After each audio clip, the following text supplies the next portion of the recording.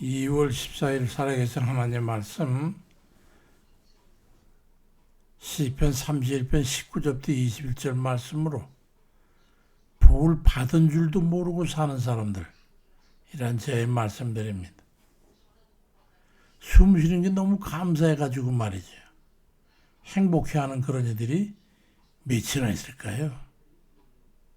아침에나 기지개를 켜고 호흡이 새는 곳이 없이 흉곽에 압력이 차가지고 큰 숨, 작은 숨 할 거 없이 쉬어지는 숨을 쉬면서 아유 너무 기쁘고 감사해서 눈물로 하나님 앞에 감사하고 밤새 방광에 꽉 찬 오줌을 갖다가 배설하고 나가지고 그 빈 주머니에 아침에 이제 미네랄 워터를 마시므로 해가지고 몸이 신진대사를 활성화하고 깨어나는 그런 육체의 느낌을 감사하고 식사하고 나서 뱃속에 들어간 음식의 압력으로 인해 가지고 대변이 마려워서 배설하니까 뱃속은 비어서 편안하고 위는 포만감 때문에 힘이 나서 감사하니 글쎄 오늘 하루에 필요한 모든 게 다 준비됐으니 허락된 하루를 살기만 하면 되니까 그 또한 감사가 아닙니까?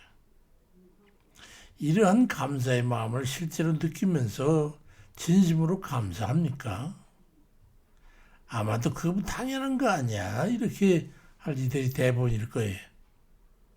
우리는 이미 많은 것을 누리고 있으면서도 그것이 감사한 것을 복인 줄 모르는 채 당연시해서 지나칠 때가 많습니다. 눈부신 기적을 기다리라고 이미 주어진 은혜를 놓쳐버리고 마는 거죠. 오늘 시편 기자는 시편 31편 19절에서 주께 피하는 자를 위하여 인생 앞에 베푸신 은혜가 어찌 그리 큰지요? 그렇게 고백하고 이미 베풀어진 은혜 앞에서 가슴 벅찬 감사를 드립니다. 이건 은혜를 안 사람만이 할 수 있어요.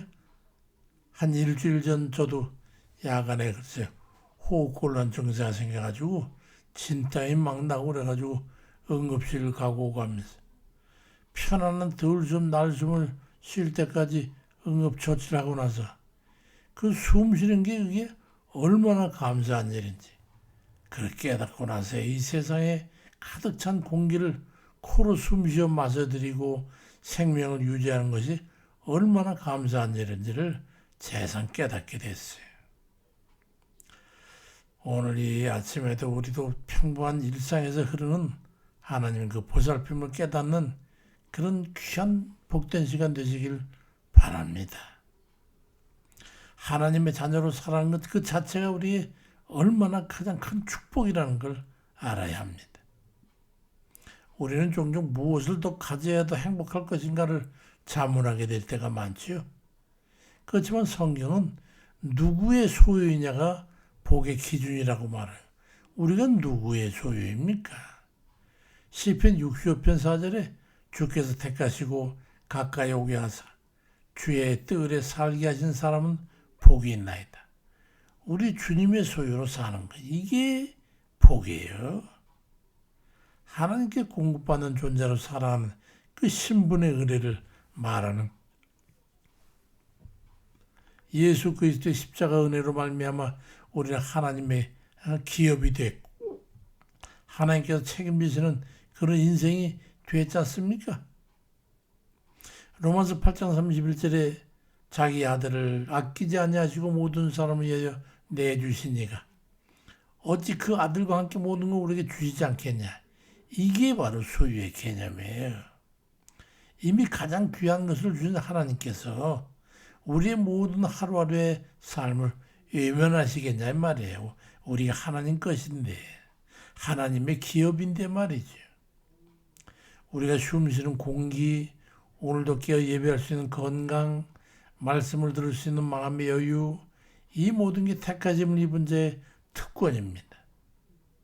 세상은 소유의 양을 자랑하지만은 하나님의 자녀는요, 관계의 깊이를 잘하는 거예요.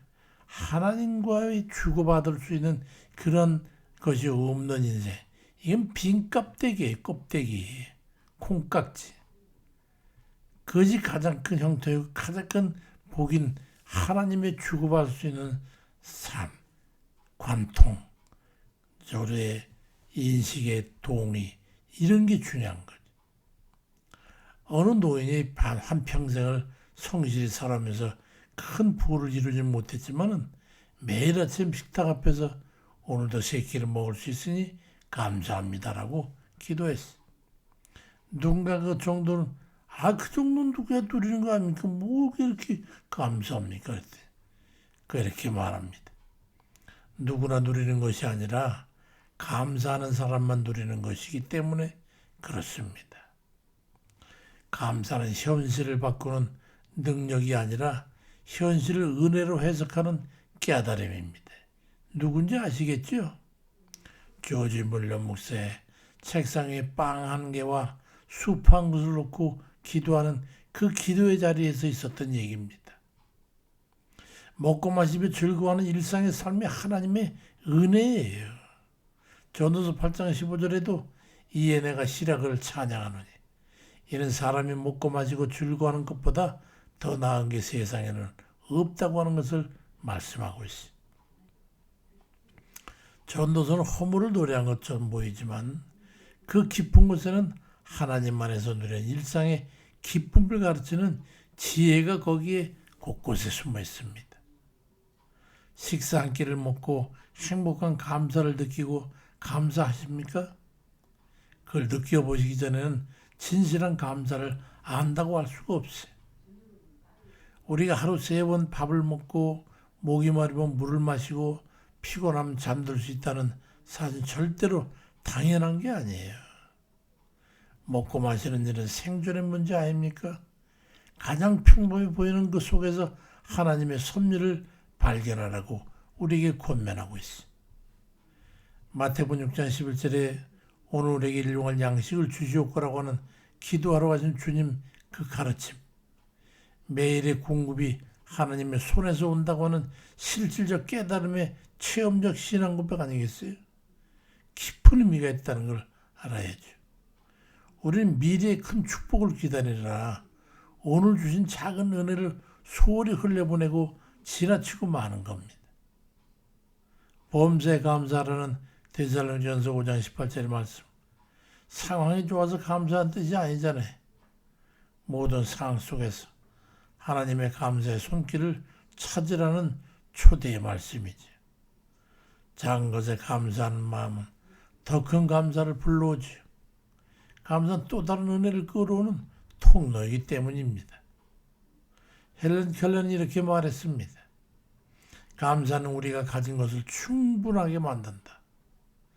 감사하는 사람은 불평불만이지만 아무리 사소한 감사라도 넉넉한 것이기 때문에 하나님께서 이미 주신 것으로 만족할 때 우리는 결핍이 아닌 은혜의 충만을 경험하게 되는 겁니다. 하나님 뜻 안에 살아갈 때 우리는 형통의 진정한 행복입니다. 형통은 동행의 확신입니다. 시편 31편 20절에도 주께서 그들을 주의 은밀한 곳에 숨기사 사람의 꾀에서 벗어나게 하신다고 말씀합니다. 이는 고난이 없다는 게 아니라 그 고난 속에서도 하나님께서 우리를 보호하신다는 약속입니다. 그러면 되지요. 하나님의 뜻대로 살고 애쓰는 이들의 삶에는 눈에 보이지 않는 보살핌이 흐르고 있는 거예요. 때로는 길이 막힌 것 같아도 돌아보면 더 안전한 길로 인도하심을 깨닫게 됩니다. 그때 우리는 말하는 거죠. 그때 그 일이 참 은혜였습니다. 작은 감사는 영혼의 방향을 바꿉니다. 불평은 문제를 확대해가지고 불안을 초래하지만은 감사는 은혜를 확대합니다. 감사하는 사람의 얼굴에는 평안이 흐르고 그 평안은 주변 사람들에게도 위로가 됩니다. 그럼 우리는 특별한 날만이 아니라 오늘 이 평범한 모든 일에 감사해야 합니다. 눈을 뜬 것, 말씀을 들은 것, 숨 쉬는 것, 배불리 먹는 것, 사랑하는 이들이 곁에 있는 것, 이 모든 것이 다 하나님 피해심한 보살핌입니다. 하나님 뜻 안에서 살아가는 삶, 그것이 이미 형통이며 이미 행복입니다. 복과 만족이 아닌 감사의 상은 멀리 있지 않아요. 이미 예수 그리스도의 은혜로 구원받아서 하나님의 자녀로 살아가며 오늘도 먹고 마시고 쉬게 하시는 그 하나님의 손길 안에 거하는 것이 곧 복입니다. 작은 것에 감사할 때 더 큰 감사가 열리고 범사에 감사할 때 우리의 삶은 은혜로 해석되기 시작합니다. 평범하지만 은혜로 충만한 하루를 기쁨과 감사로 누리시는 우리 모두 되시기를 주의 이름으로 축원드립니다. 아버지, 19일 날 전직 대통령의 공판입니다.